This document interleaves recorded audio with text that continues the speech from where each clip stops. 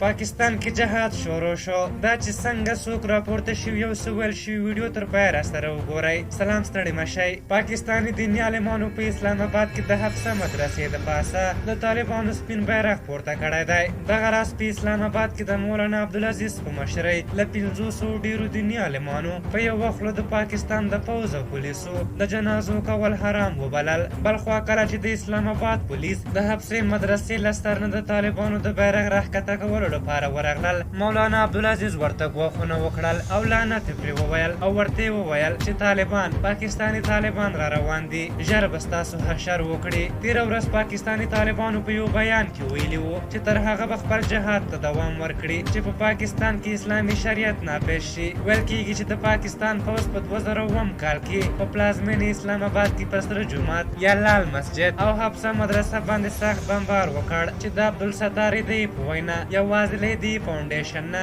د وژل شوي جونو هلکانو د ښخولو لپاره له 500 نه ډېر تابوتونه اخیستل شوي وو او یو شمېر سرچینې وایي چې د دغې مدرسې یو شمېر جونې په بریتانیا کې په فاحشه خانو باندې خرڅې کړې. په هر حال بلخوا پاکستاني پولیسو د مولانا عبدالعزیز پر ضد مقدمه درج کړې ده. پولیسو د مولانا او د حفصه مدرسې د منتظمینو پر ضد پولیسو ته د ګواښونو، غیر قانوني وسلو ګرځولو، د خلکو پارولو او ویرې وحشت خپرولو تورونه لګول شوي دي. په هر حال ټولنیزو رسنیو کې افغانانو په دې اړه بیا ویلي چې پاکستان د دوی ګاونډي دی، ډېر تاریخ او ګډ ارزښتونه ورسره لري او دوی په پاکستان کې د افغانستان په شان اسلامي او شرعي نظام غواړي. په هر حال تاسو دغې موضوع په اړه څه نظر لرئ؟ خپل نظرونه مو راته په کمنټ کې ولیکئ. زموږ ویډیو مو خوښه شوې وي ضروري لایک کړئ. تر بیا چې ستاسو چوپړ ته راځم په یو بخښونکي خدای مو سپارم. د الله په امان.